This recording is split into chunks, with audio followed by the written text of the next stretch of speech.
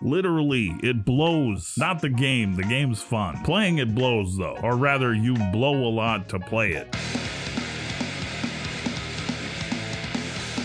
Welcome to completion 106 of the Potato Backlog Project, the second Legend of Zelda game able to be played on the Nintendo Wii U. Make sure you stick around to the end of the video for the consistently blown out of proportion Tater Raider. And let's have a quick chat about the Legend of Zelda Spirit Tracks.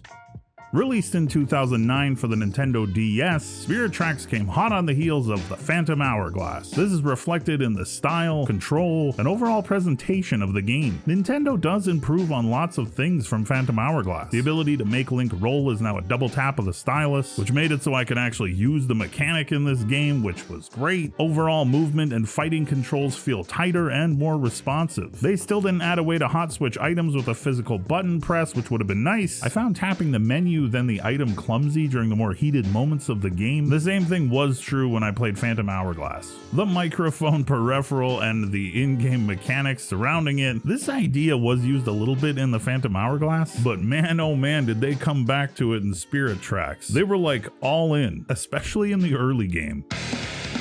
The first main dungeon item you find requires you to blow into the mic to use it every single time. I was kind of chuckling and shocked that the gimmick was being used for a mainline item. So there I was holding a Wii U gamepad in one hand, stylus in the other, huffing and puffing like the big bad wolf trying to take down bad guys and be a damn musical genius. There is a musical flute of sorts that is central to the plot of the game, and you will have to blow into that microphone to use it a lot. Even the little dungeon statues that give you tips in dungeons to let you know how many chests are left on each floor. You gotta play a song to get them to do anything. You do learn different songs that do different things. Like there's a song that heals Link once per dungeon, but again, you're fumbling with the stylus to select the flute and then you're blown away on this thing. And then back to fighting, running around, which was just a weird experience for me. This might be another instance where this wasn't so strange and annoying if playing on the lighter Nintendo DS. But can you imagine playing this on the bus or in a waiting room or at work, even on the DS? People look over and you're just like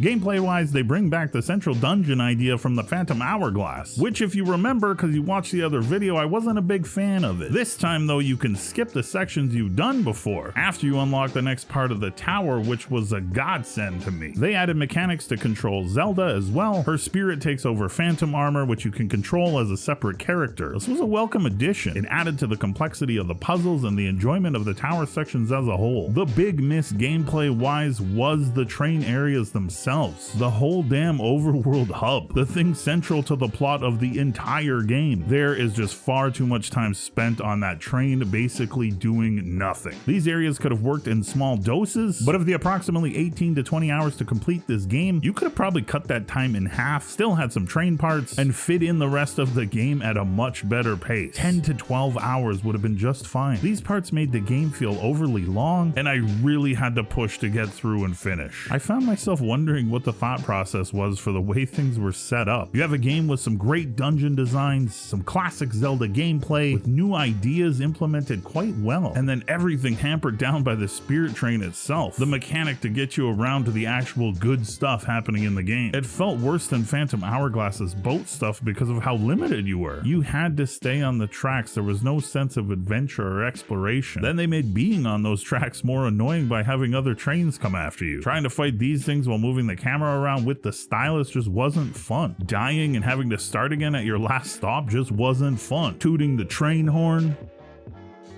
was fun.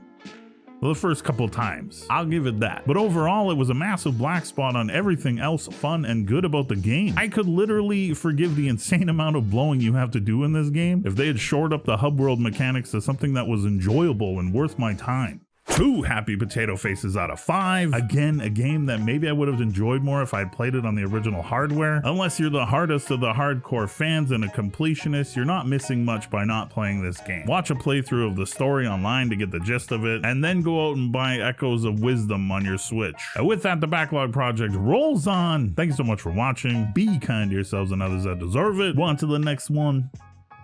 We're on to the next one. I feel like I'm giving birth. We're in labor. The second DS Legend of Zelda game to be able to play. Would have been great, would have been me. And then you're blowing away on this thing